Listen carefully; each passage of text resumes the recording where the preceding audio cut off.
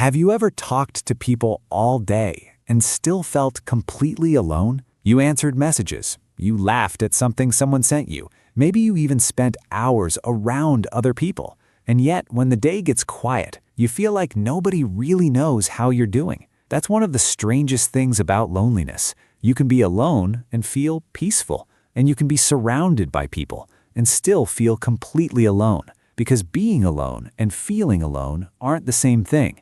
Sometimes loneliness isn't about having nobody around you. It's about not feeling truly connected to anyone.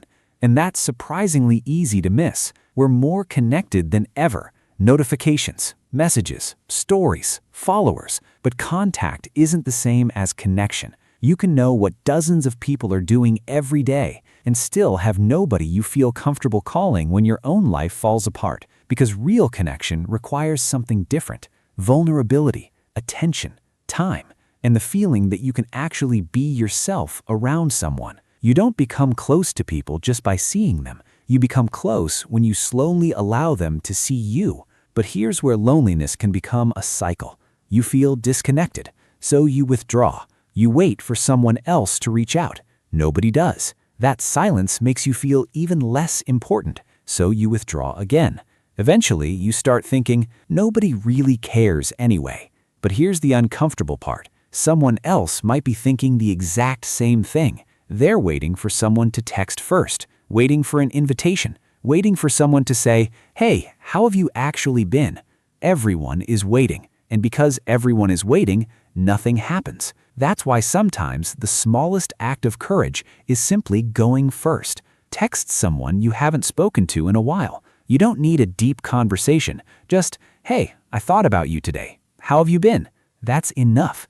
And if they don't respond immediately, don't turn their silence into a story about your worth. People get busy. A delayed reply doesn't automatically mean you're unwanted. But if you want real connection, there's another piece people often overlook: consistency.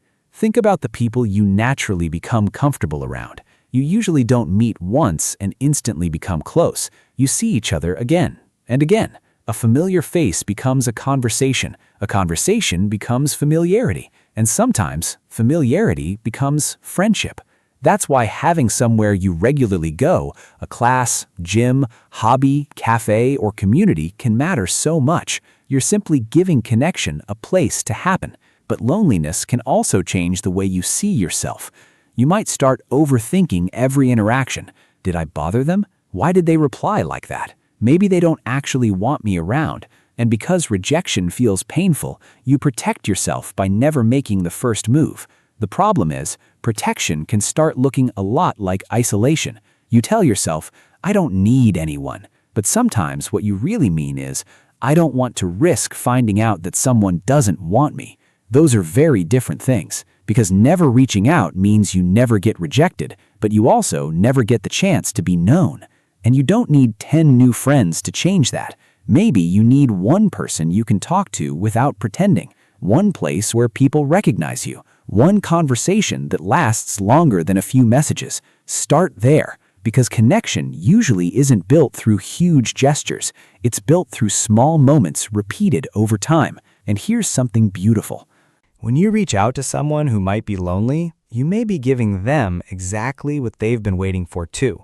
That message you almost didn't send, maybe they needed it. That invitation you thought would be awkward, maybe they were hoping you'd ask. So if you're feeling lonely right now, don't use that feeling as proof that you're unlovable. A lot of people are quietly lonely. They just hide it differently. Some stay busy, some scroll constantly, some joke about everything. And some convince themselves they don't need anyone. You don't have to suddenly become extremely social. Just make one move. Send one message. Start one conversation. Go somewhere you'll see familiar faces. And if it feels awkward, that's okay. Connection is awkward before it becomes comfortable. You don't have to be more interesting, confident, or successful to deserve friendship.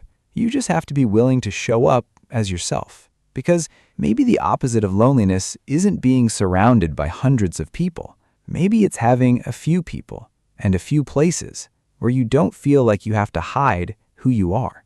So if you've been feeling alone lately, don't punish yourself for it. Listen to it.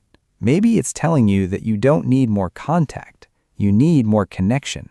And connection doesn't always begin with someone finding you. Sometimes it begins when you decide to reach out first. One message, one conversation, one small act of courage. And sometimes that's enough to remind you you're not as alone as you thought.